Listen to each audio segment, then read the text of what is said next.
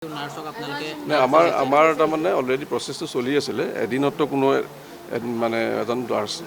বিচাৰি পেলাই আনিবলৈ নোৱাৰে কাৰণ প্ৰচেছটো চলে এডভাৰটাইজমেণ্ট দিয়ে এইখিনি অলৰেডি আগৰ পৰা চলি আছিল তো এইখিনি সেই সময়তে এই চিটুৱেশ্যন এটা হ'ল যে ইনচিডেণ্ট এটা হ'ল তো মানে কি হ'ল আপোনাৰ আমাৰ এপ্লিকেশ্যন দিয়া ইণ্টাৰভিউ লোৱা সেইখিনি প্ৰচেছ প্ৰায় হৈছিলে এইখিনি সময়ত এইটো হ'ল তো আমাৰ এপইণ্টমেণ্ট লেটাৰ অলৰেডি এতিয়া চিলেকশ্যন যাৰ হৈছিলে চিলেকশ্যন প্ৰচেছটো খুব নিয়মিতভাৱে কৰিছে আৰু তাতে 15গৰাকী আমি চিষ্টাৰক আইডেণ্টিফাই কৰি তেওঁলোকক এপইণ্টমেণ্ট লেটাৰ দিছে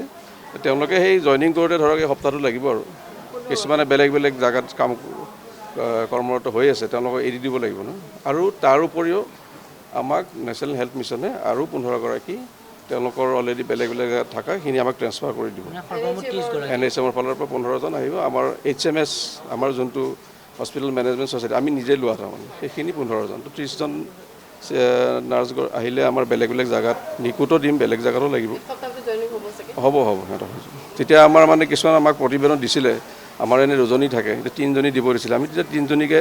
প্ৰত্যেকটা নিকুতে দিব পাৰিম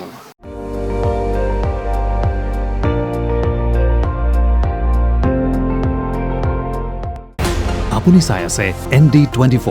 সৰ্বশ্ৰেষ্ঠ নহয় সৰ্বোত্তমৰ দৌৰ